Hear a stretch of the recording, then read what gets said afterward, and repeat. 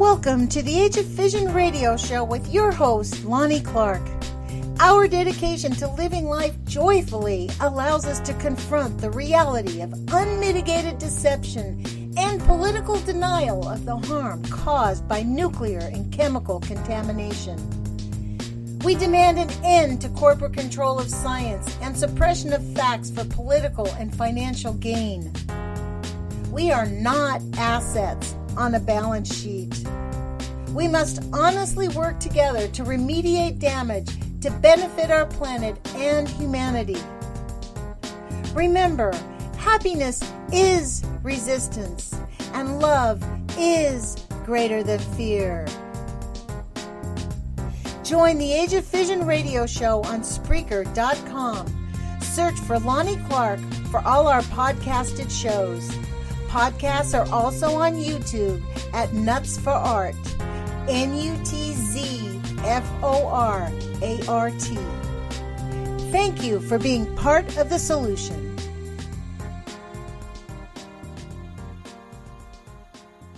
Good evening. This is your host, Lonnie Clark, with the Age of Fission radio show. I am very excited today to bring to you Diane Turco, who is the director of Cape Downwinders, who worked diligently for 30 years to get the Pilgrim nuclear power plant closed down. And I'm going to insert this a little bit. Diane Turco is actually the reason I'm still doing this radio show. I was despondent in the last year and a half. Anybody who's followed my YouTube channel or my show knows that I was hit and miss in doing my productions because I got really despondent about the lack of response that people have given us. And I thought we were going to build a national movement.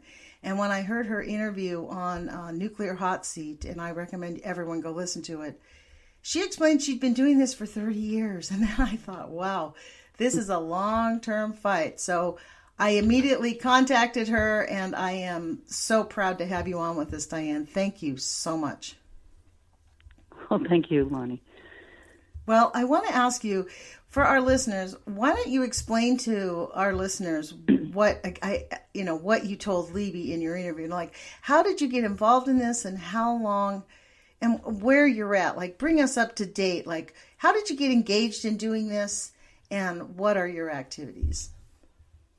Well, in the mid '80s, I was a young mother, and I had friends who were working on a campaign to close Pilgrim nuclear power plant that is in Plymouth, Massachusetts, just 30 miles south of Boston.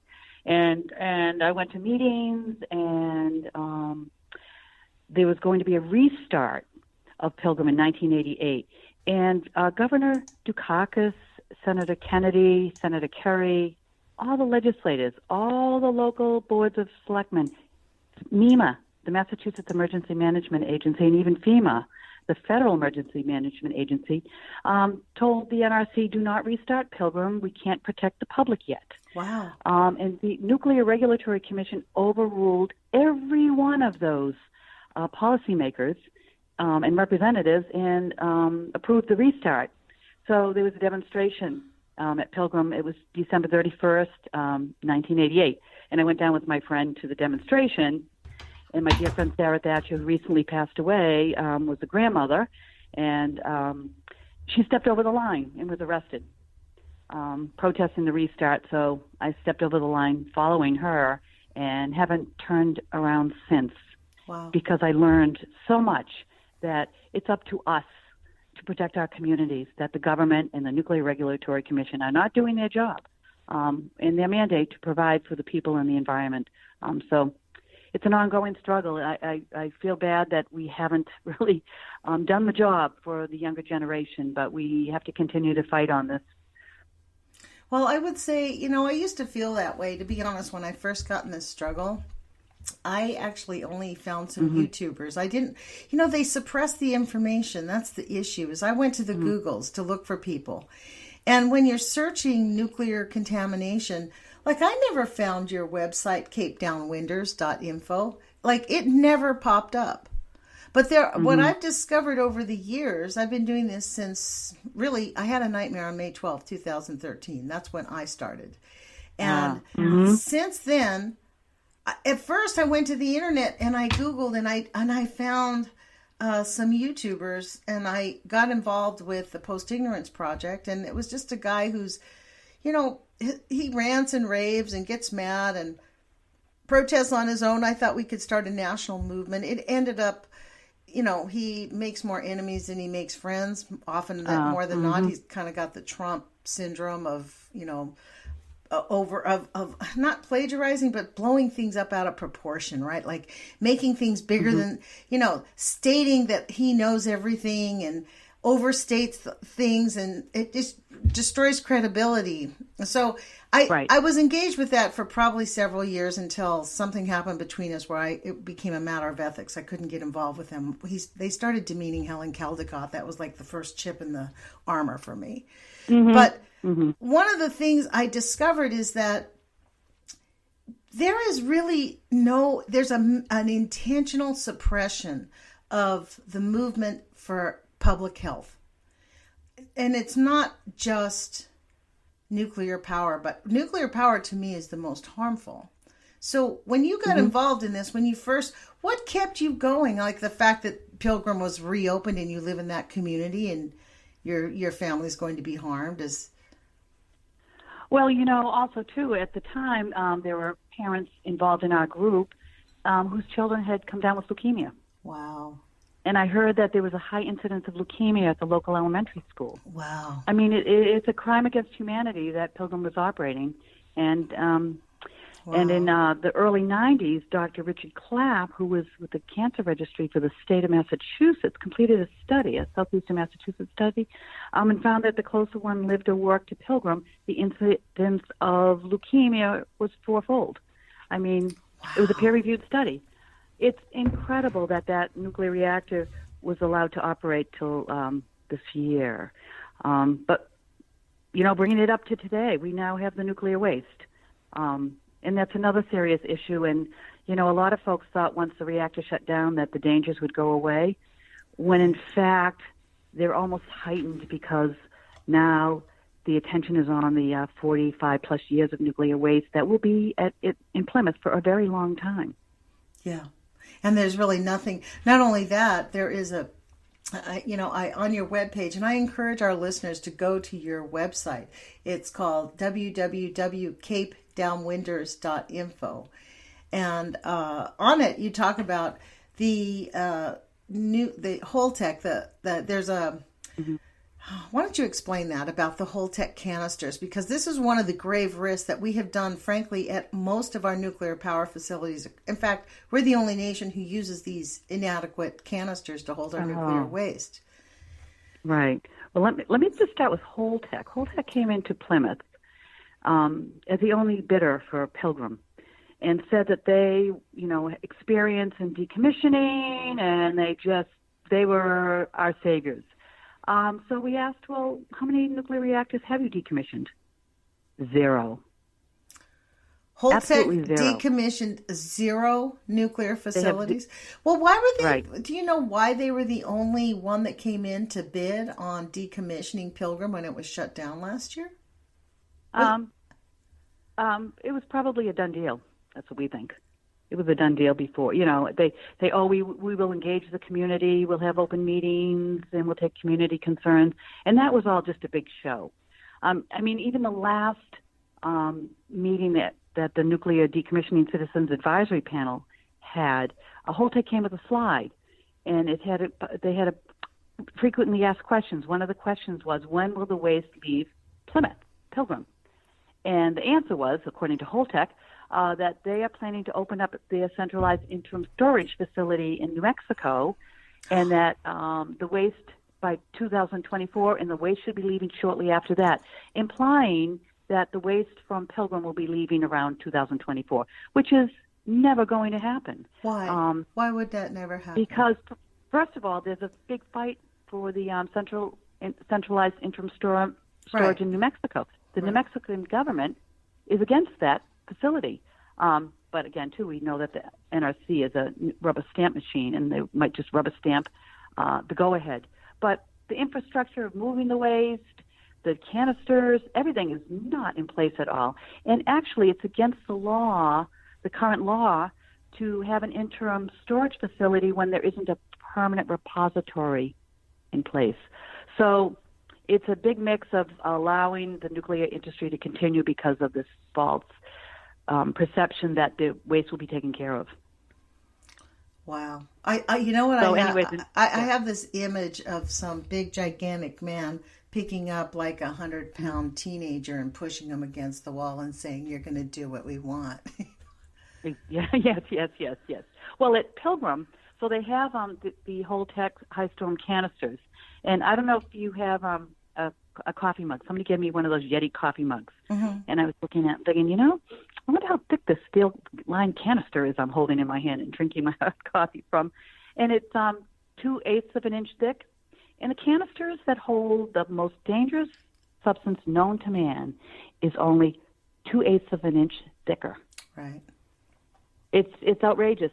So at Pilgrim, what they did was they built a pad right next to the building, 150 feet from the shore, and it would only hold, I think, 40 canisters. Wait a minute. Let me. Yeah. Let's get some geography going on so people understand this. Okay. The Pilgrim Nuclear Power Plant is right next to a body of water. Yes, it's right next to Cape Cod Bay. Okay. Beautiful Cape Cod Bay. Yes. It's about 35 miles south of Boston. Okay. It's America's hometown, and actually they're celebrating the 400th anniversary of Plymouth next year. Wow. In 2020. So I just wanted to be clear with that, because when you said that, that's exactly what they want, that they've done. That's their same plan that they're doing on the other end of the country at San Onofre Nuclear Power Facility. And this is the same company that built the canisters that are at San Onofre. And are your canisters Holtec canisters on site? Yes, they are. They're not the Yes, they are. They're not the same. Well, at San Onofre that they almost dropped a canister, and it was a whistleblower that brought that to light. Yeah. And now they think those canisters might all be damaged. We have Holtec canisters in Plymouth too, and they're the thin steel canisters, and they're put into concrete overpacks where there's a flow of air cools these down. But they're right near, they're 150 feet from the water, so they're going to, and they only could hold 40 canisters, but with Holtec coming in, and they said they're moving all the waste out of the pool. Within a couple of years, they need 61 canisters, so they're building a new pad up on the hill because it's the only place to build it. So now they have to do a new pad. You would think when they built the first pad, they would have planned for what they needed, but they didn't. So now they have to build another pad. But the issue is anybody could drive on that property beyond the no trespassing signs where it says armed guard security and eyeball those dry casks, and no security will come out. In fact, I am going to court on May 11th of this year because I've been on the property with reporters. And the last time was a year ago. 2 NPR reporters contacted me and wanted an interview, and I said, we can go to the property.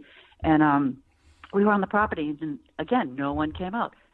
Line of sight of those dry casks and on the same side as a spent fuel pool, which is not protected. It's in a concrete pool on the 7th floor, the top of the building, and it has a tin roof on top. So it's got 4 sides of concrete, but the roof is tin. So that's vulnerable too. So we were there for quite a long time, and then when no security came out, I said, well, let's get in a car and drive around to the front of the building and see if security would come out there. So we got in our car, drove around to the other side of the property, passed the no trespassing signs again, and walked into the building. Finally, security came out and told us to leave. We took our time. Because they didn't come up from behind the turnstile. I'm like, let's see if they really watch us leave the building and drive away. So we waited in the car till they looked out the window, and we drove away, but they got my license plate. But ironically, 3 hours later, there's a knock on my door in Harwich, 50 miles away. A Harwich police officer had been called by the Plymouth police to see if it was me who had been on the property. Wow. 3 hours later, 50 miles away, the police come to my house to tell me not to go on the property. Wow. How's that for security? Wow. So I was, there was a magistrate's hearing, and they found probable cause that I trespassed. And now I'm going to trial on May 11th at Plymouth District Court. So I did not give the names of the NPR So that just reporters. happened recently. It was a year ago in November. So this is a very interesting use of police power because it's really meant to intimidate you. This is like really Big Brother coming, like letting you know that they know where you live. They know who you are. Like nobody talked to you. Nobody gave you your ID. Did you drive your car? No, yes, they found my license. They traced my license plate to my address. But the most interesting, ironic part of this is that I was never arrested on the property. I was able to go on that property for more than a half an hour without security confronting us, and only when they come to my home do they identify that I was on the property. So this begs the question of security at nuclear power reactors across the United States. The night before I went on the property, the PBS Frontline showed a documentary called Exposing Hate, I think it was called, Manufacturing Hate or something. But it was about homegrown terrorism, and they said that they had apprehended 2 men with guns and bombs on their way to Turkey Point nuclear power plant in Florida. Wow. So, but this isn't anything new. In 2014, we were on the property with WHDH investigative reporter Cheryl Fiandaca, who filmed us, my friend Bill Maher and I, on the property while she and her crew were filming off the property, us walking on, going right, cars are passing us, nobody stops us, while 4 armed guards are questioning her. So there were 4 armed guards on the street while my friend and I were on the property, and they didn't even know. We were conspicuous. They didn't even know we were there. And then a year later, I was on the property with a Boston Globe reporter who filed a front-page story in the Boston Globe magazine about us going on the property. We called the police to let them know we were on the property, and they said that couldn't be true. Ah, what do you mean? Yeah, no, right. And then Wow. in 2018, Walter Robinson, I don't know if you saw the film Spotlight about the Catholic priests in No. Massachusetts. Well, he's part of the Boston Globe Spotlight team, and he was the lead character in that film. But anyways, he called me, and we went on the property, and again, no security came out. So this is the last time. This is the 4th time I've been on the property with the media. So everyone knows. We filed with the Nuclear Regulatory Commission about the lack of security and the vulnerability of anybody with ill intent. Did you contact your Really, congressmen or your senators about this? Oh, absolutely. What did Senator they say? Markey, Senator Warren, they all know. Governor Baker. What did they say? What was their response? Oh, we'll look into it. They just said, well, I don't have it right in front of me, but nothing's been done. I can say that. It's up to the Nuclear Regulatory Commission to pursue security on site. And I think they did say that there needs to be security, but Wow. it hasn't happened. It hasn't happened.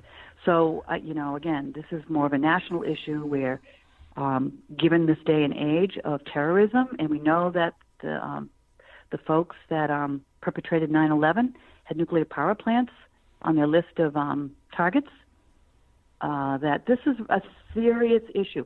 So, bottom line, it feels like the whole nuclear waste issue is not being addressed in the serious manner that it should, because they don't want to scare us.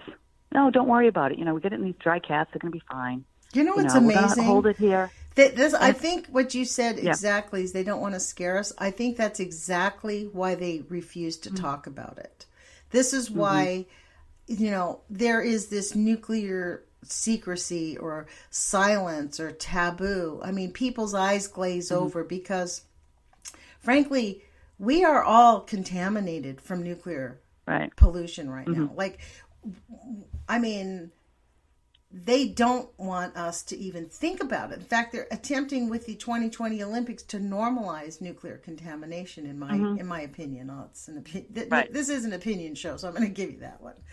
So, let me ask you this. Okay, so you worked for 30 years to close down this nuclear facility. How do I say this?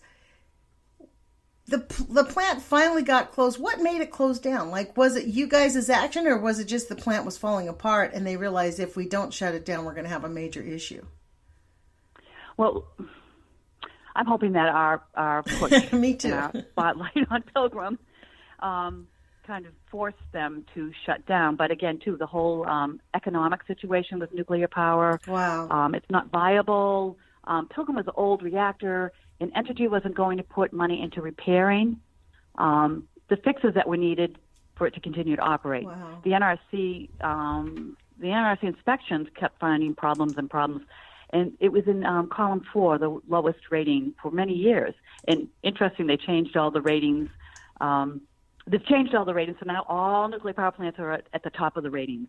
And Pilgrim, when it closed, was at the top. So the NRC really needs to be abolished because it's not doing its job. It's a rubber stamp for the industry, and we really aren't going to get anywhere until it's abolished. Like in 1976, 74, the Atomic Energy Commission was abolished because it was too cozy with the industry, and that birthed the Nuclear Regulatory Commission. Well, the Nuclear Regulatory Commission is now a rubber stamp for the industry, and that needs to be abolished and replaced with an independent agency that has local and state stakeholders as part of the decision-making process for nuclear power plants in their communities.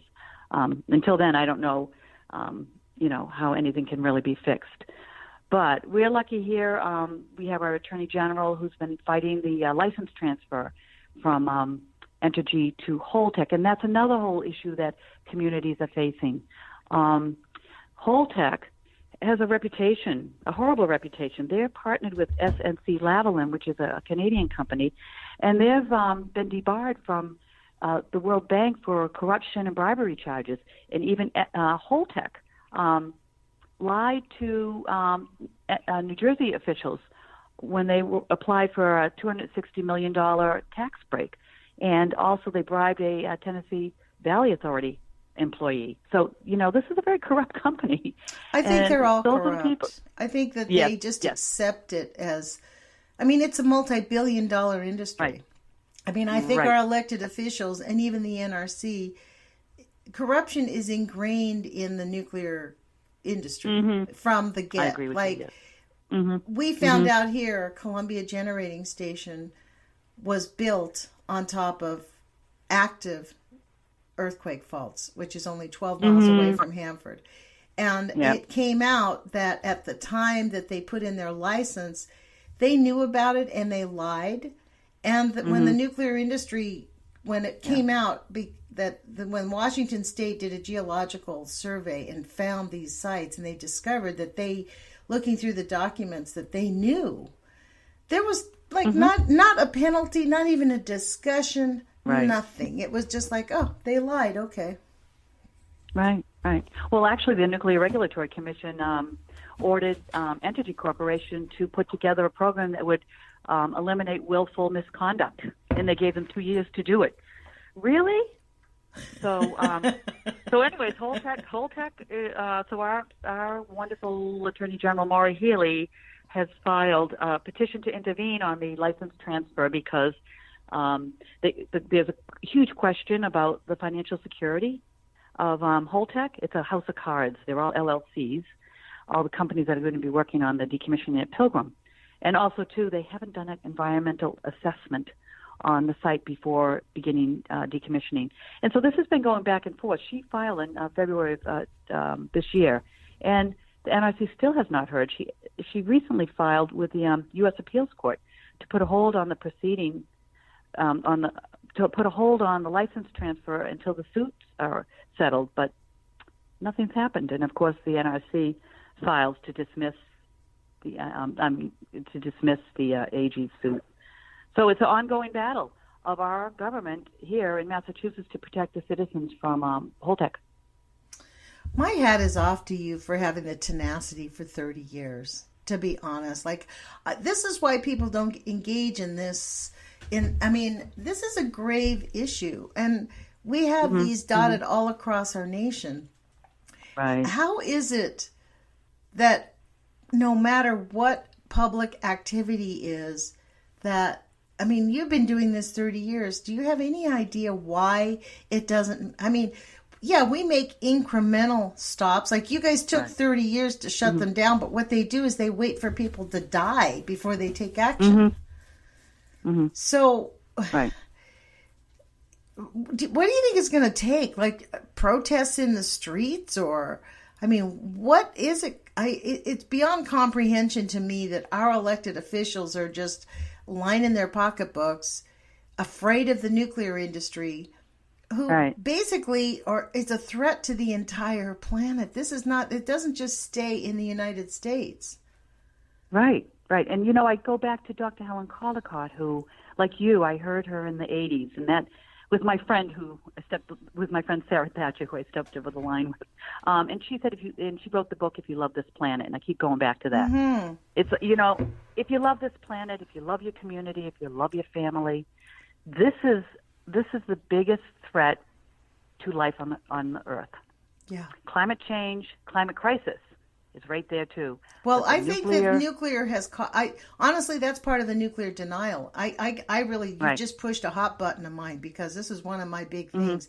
How is it that we have excluded nuclear contamination from the climate crisis and the climate collapse when the marker for the Anthropocene age is the nuclear bombing in the 50s and 60s? That's when they see it. Like our atmosphere got contaminated. So I believe that nuclear is the thing that drove us over the edge in destroying our climate. I think it's the one thing that we are ignoring. Like, we can stop the fossil fuels, but what we can't stop is nuclear.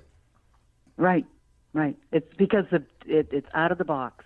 And with all the waste around the United States, actually, when Walter Robinson called me, you know, for an interview, he said, you know, 50% of Americans live within 50 miles of a nuclear power reactor, and the waste is going to be there. He said the nuclear waste is the biggest issue in the United States, but it's not getting much attention. I'm like, absolutely. That's absolutely it. It's slow to coming, because I know once they pulled the plug here, that a lot of people felt that their job was done. And I thought, oh, maybe I can retire now. But then when I started reading about Holtec and then about the canisters and they are not using, and that's one thing that people need to stand up for in their communities, is that when the waste is being stored, because it's going nowhere for a very long time, it needs to be stored in the best technology available, not the cheapest.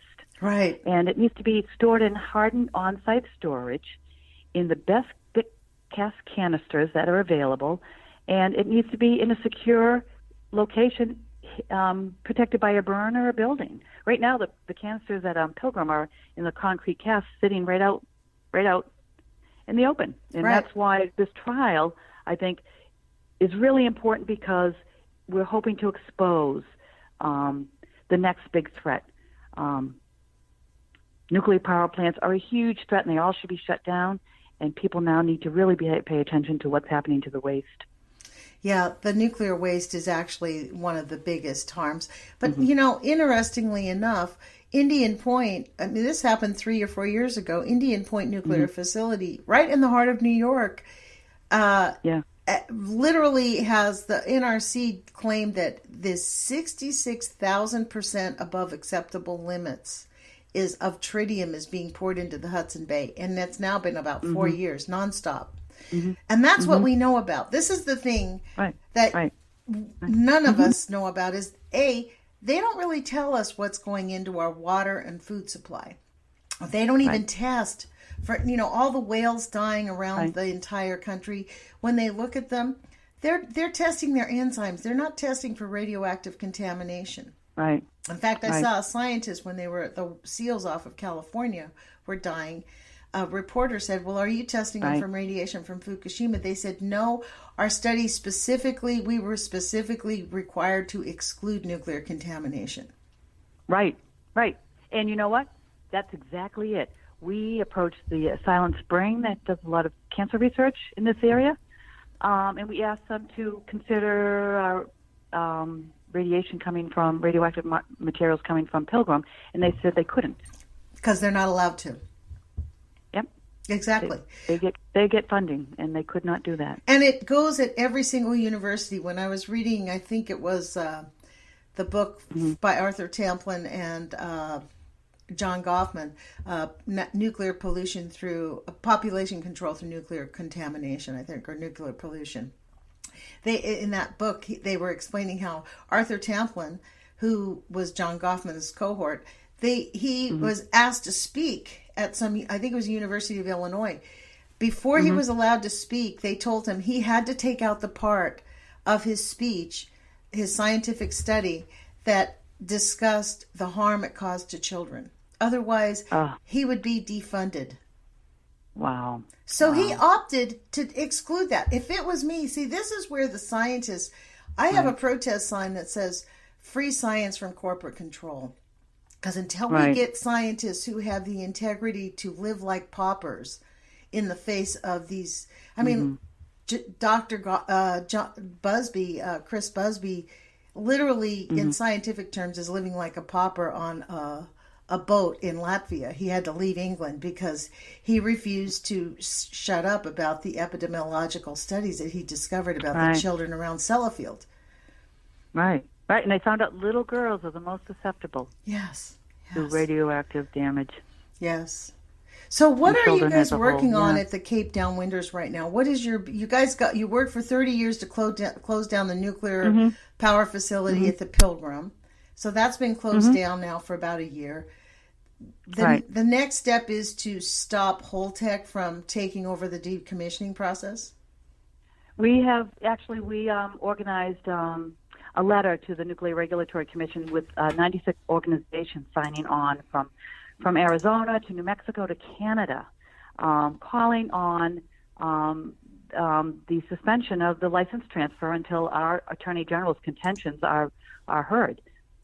It's a basic due process, and right now there's been no meaningful opportunity to participate in this license transfer. So we are on that. We go to the Nuclear Decommissioning Citizens Advisory Panel meetings to challenge Holtec and to question what's going on at Pilgrim and to bring information about the dry casks and what we feel we need, which is hardened on-site storage with real security away from the ocean. So we engage in that. We also support legislation that's at the State House that calls for funding, what's it called? A fund that they would take money from Holtec and put it in a trust fund, just to make sure, like $25 million, just to make sure that if they fall short, there's some backup money that the state has in escrow. That's what it is.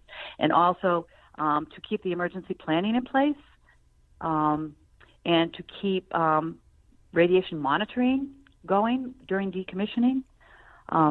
So there's a lot of... Wait a minute. Let me ask you what you said. You're talking about that they are planning on not having an evacuation plan in place when Holtec takes over? Yes.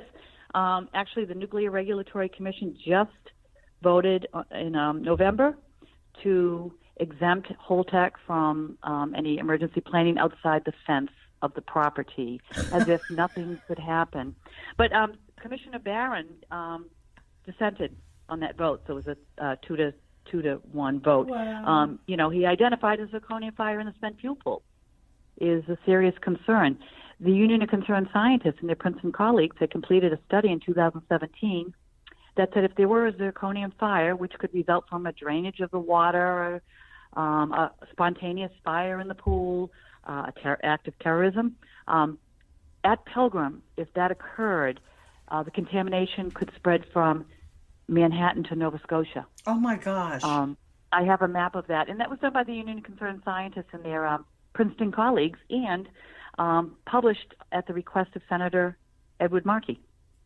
So we know that's not a zero probability of something happening.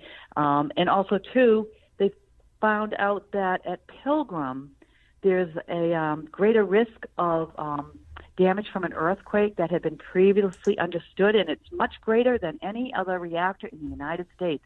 And just yesterday, there's a 2.1 earthquake in Plymouth.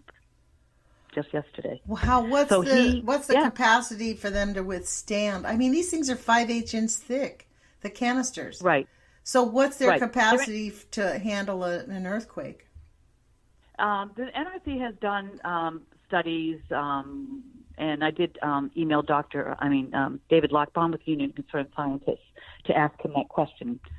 He's been great with his openness and sharing information. And he said that's a weaker earthquake that the canisters should be able to withstand that sort of movement. But what has been identified is that an earthquake greater than ever was considered at Pilgrim could happen there. And that's the concern. This was a little one. Could there be a big one? Well, also, what happens if we know that the Holtec canisters leak at 20 years. The manufacturer, Donna Gilmore, found that out in their brochures. They say they start leaking at 20 years. So what happens? Their warranty is only for 25. The warranty is only for 25 years, and if the concrete cracks, the warranty is null and void. So much for our having confidence in your product. Wow. I mean, this is the thing. We're coming at the end of the life cycle of all these nuclear power facilities that were built in the 60s and 70s. And what we are facing, people talk about the climate change, and this is one of the reasons why I think I push all the time. I write to 350.org on a regular basis and engage with the nuclear, what's it called, the Natural Resource Defense Fund. I think we really need to put nuclear as a primary cause of the climate collapse, because I believe that nuclear is harming the very microscopic entities that are at the base of the food chain. I think that's why the whales are dying, because there's just no plankton in the ocean anymore after 8 years of Fukushima and Sellafield and for going on. Yes, right. And it's cumulative, number one, and number two, it causes genetic damage, so you might not see it in this generation. Right. But I worry about the next. I really worry about it. And so that's why I think we're seeing the effects of it. I mean, look at the rise of autism. Look at interestingly enough, they started injecting people with, the vaccines and ignoring the harm that caused, so that there's, culpability for that also. So they can point away from nuclear. It's kind of like the Zika virus a few years ago, right? Remember that Zika virus down in Brazil? Yes. Mm-hmm. Well, what I did, this was when I first got active, I started looking at this. All I did was type in the name of that little city and put in the word nuclear after it. And you know what I've discovered? South America had been refusing to mine uranium for decades and decades. 2 years earlier, upstream from that little town, about 30 miles up, was a uranium mine that had just opened. And as it turns out, the World Health Organization said, we don't understand why this Zika virus is now an issue causing the microencephaly. Because remember, they were saying the microencephaly was caused by the Zika. No, it's not. Right. It's caused by nuclear contamination. But the World Health Organization, who is the watchdog or the cover-up for the IAEA, because, the World Health Organization is subordinate to the International Atomic Energy Agency. So they have to do what they say. They're the ones who wrote these articles about the Zika virus, and it's just a cover-up. I mean, I have no scientific proof, but what you can say is that just 2 years earlier, they had opened up a uranium mine, and now they were producing microencephaly babies, even though this community had the Zika virus for years and years and never had such serious negative effects. Wow. So...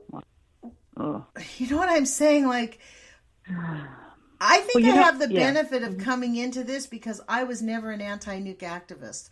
I never even thought about it. I thought nuclear was safe until 5 or 6 years ago. And now it's pretty evident that we have all been gaslit, to be honest, and lied to. Right. Yep. How many people are involved with the Cape Winders? Let me ask you this: how many people are involved with the Cape Winders, your organization? Well, we have a local group, and we have people in every town on Cape Cod. There's 15 towns. Wow. So again, we are actually going to be putting a public advisory question on our local ballots that gets the conversation started about the nuclear waste at Pilgrim and how we want it in the most secure, safe canisters possible. So we have people activated, and then we work with people in Boston and Western Massachusetts and the North Shore. So we have folks all over Massachusetts, all over New England, and we're connected with like Beyond Nuclear and the Nuclear Information Resource Service, the Samuel Lawrence Foundation. So we're pretty much connected with a lot of organizations. And so how many people do you think is actually engaged in this? This is my question. This is one of the things I'm curious. You've been doing this for 30 years. How many, Right. at least in your little neck of the woods, how many actual people do you think actively engage and decide that this is a serious enough issue? I would say on the Cape, because we have a great reporter with the Cape Cod Times, Christine Legere, who provides such in-depth reporting on all the pilgrim issues that the Cape people are very well educated. So we have, our legislators are very involved. Our county government is pushing on pilgrim. So we have really good support on the Cape. Wow. I'm looking at this map that you guys had on. Knows. Go ahead. I would just say that people are very familiar with pilgrim because we have been active for decades. We do, we've done, our mission was to investigate, educate, and agitate for the shutdown of pilgrim, and that's exactly what we did. We had programs in every town. We had demonstrations. We had speakers come down. We had speak-outs at the State House. We took over the governor's office. Wow. We've had demonstrations and civil disobedience at the plant. So we have been very, very active and very vocal. Well, you guys are in the seat of America. We do our research. I think that probably because you guys are near Boston, people have this sense of pride of you're at the heart of our country. You know what I mean? You guys are the beginning of what founded America. So maybe, I'm looking at this little map that you have on your website called Chernobyl in New England. And what's really stunning is it looks like, tell me if I'm incorrect, but it looks like almost the entire state of Rhode Island would be decimated, frankly. Yes. Is that the one from the spent fuel pool fire? This is a little. There's a little thing on your website that says Chernobyl's impact, Chernobyl dead zone, and it shows the dead zone that would have happened if that had. Yeah. So there's a difference between the spent canisters having an issue and a nuclear meltdown. What would happen now that the place is closed down? What are the kinds of catastrophes that could happen that would affect the environment near Pilgrim? A spent fuel pool fire is a major concern because the pool at Pilgrim is a Fukushima-style General Electric Mach 1 boiling water reactor.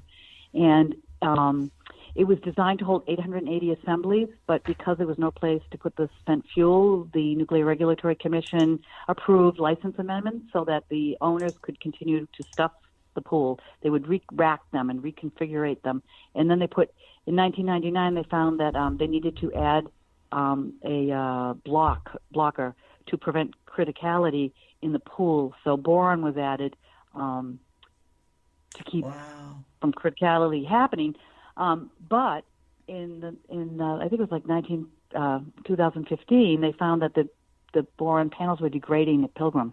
And at first they thought there were a few, and then they said they could be up to 600. And we met with the NRC inspectors, and we thought they were going to just fluff us away. We left more alarmed than ever because they were alarmed. So we know that the pool is degrading there. And if it degraded, it only takes 4 assemblies to initiate a zirconium fire that could not be put out and would release so much radiation. Wow. Because I think there's 11 times the amount of radiation in that pool. 11 times the amount of cesium that was released at Chernobyl because of the amount of waste in the pool. Oh my God. So it's very, very serious situation. So that's a big concern. And to think that the NRC approved no emergency planning because it's a low probability event, but it has high consequences, just like an operating reactor. So that's one. And then the nuclear waste in the canisters. Could a terrorist attack open one of those canisters and expose the and each one of those canisters has half the cesium that was released at Chernobyl, and cesium has a half-life of 30 years. So it's very volatile. And to know that you can just walk on the property and look at it. Wow. Stand there with line of sight, and nobody comes out to shoo you away. Wow. Well, Diane, I hope you'll come back and we can continue this, because I think people need to continue to hear this. And I would love to have you share the activities that you're doing and the progress on the activities that you're making, so that we expose the names and the people within these corporations that are harming the American public.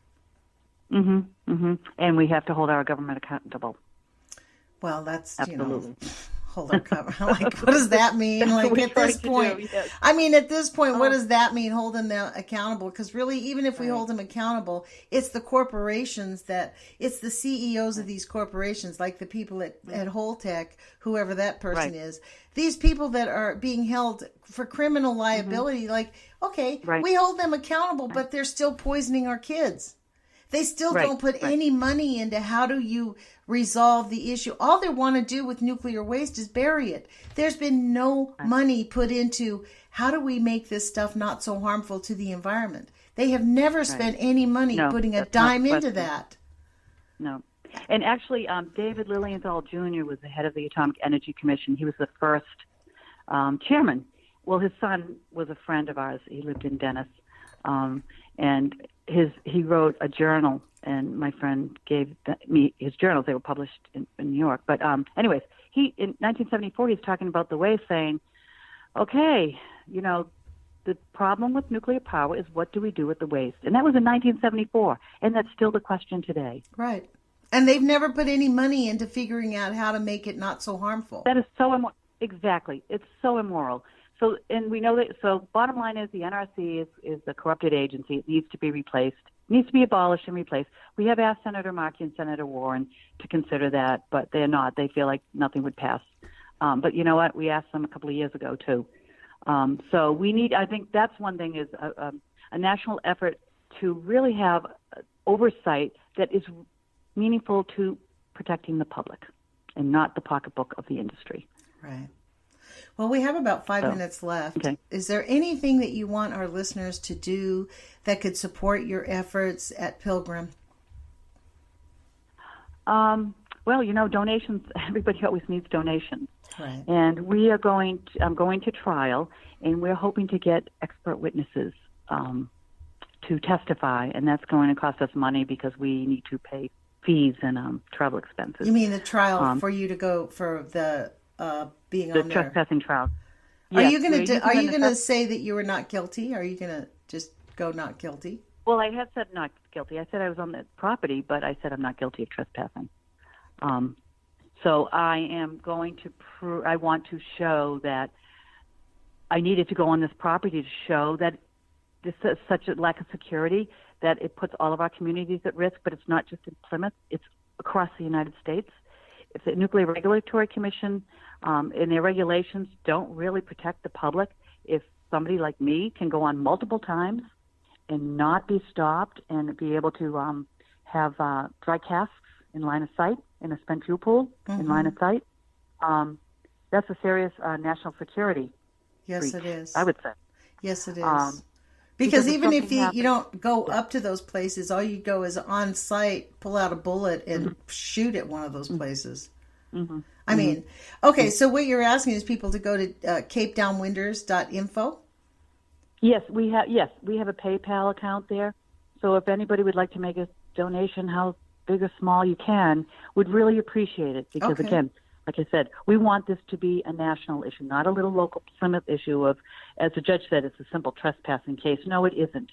This is so much bigger than that. Right. And it needs to be addressed now. We have filed with the Nuclear Regulatory Commission on this, and they have ignored us. We have brought it to the attention of our elected officials, and no one has been able to move on this.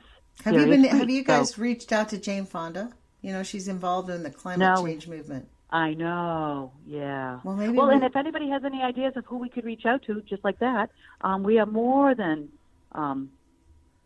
glad to get that information. I will find her information and send it to you, because I think that she is a public voice. Like I've been basically tweeting Greta Thunberg about this idea about the nuclear issue. Like if she wants to dig into it, start digging, please, because honestly, this is a crisis that is a silent crisis, and it's an invisible crime. And that is part of the issue, is these are parts of the invisible crime. So Diane, Right. I really appreciate you coming on to the show. I hope that you will join us again. I would love to have you back like in a month or so if you're open to it, because I want to make Sure. this front and center, the activity that you're doing, especially going to court and demanding accountability and highlighting the fact that these open nuclear fuel facilities, the spent fuel, the waste fuel canisters, our lives are in danger the way that our government has neglected all of them across the nation. And you guys are actually taking a stand. So I applaud you for your work. Yeah. Like, honestly, you Thank are my you. hero.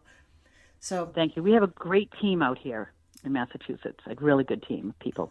well, I really appreciate thank your you. time here. And hopefully we can speak, maybe at the end of January, we can have you come back on and we can all plan. I'd love to all of us plan something for the Fukushima Awareness Day, because that is what galvanized millions of hundreds of people across the nation and around the world, because that ongoing catastrophe highlights the fact that they have no idea what they're doing in terms of nuclear. Right. Exactly. And you know what? There's probably another accident around the corner. Exactly. I know. Well, we know And there is. unfortunately, yeah. Wow. Well, Diane, thank you so much for joining us, and I really appreciate it. And thank you for all your good work and getting the word out. Well, thank Appreciate you. that. Well, as I tell my listeners, happiness is resistance. So let us talk about this without getting depressed, because there's still plenty to live for. And, Exactly. It is resistance. Our oppressors want us to be unhappy. And remember that love is greater than fear. So our love for our planet will overcome our paralysis of the fear that this issue gives us. So we just have to focus on being in love with our family and ourselves and our planet, and we will find solutions if we just move forward with a positive attitude. So that's my Exactly. Like Helen Caldicott said, if you love this planet, you need to speak up, step up, and speak out. Amen Absolutely. to that. Well, you guys, we will end here, and thank you for joining us. You've been listening to Lonnie Clark with the Age of Fission radio show, and Diane Turco of the Cape Downwinders.info, and we will talk to you next week. Put your courage feet on. Take care. You've been listening to the Age of Fission radio show with your host, Lonnie Clark. All of our podcasts are posted on Spreaker.com/show/Age of Fission. That's AGEOFFISSION.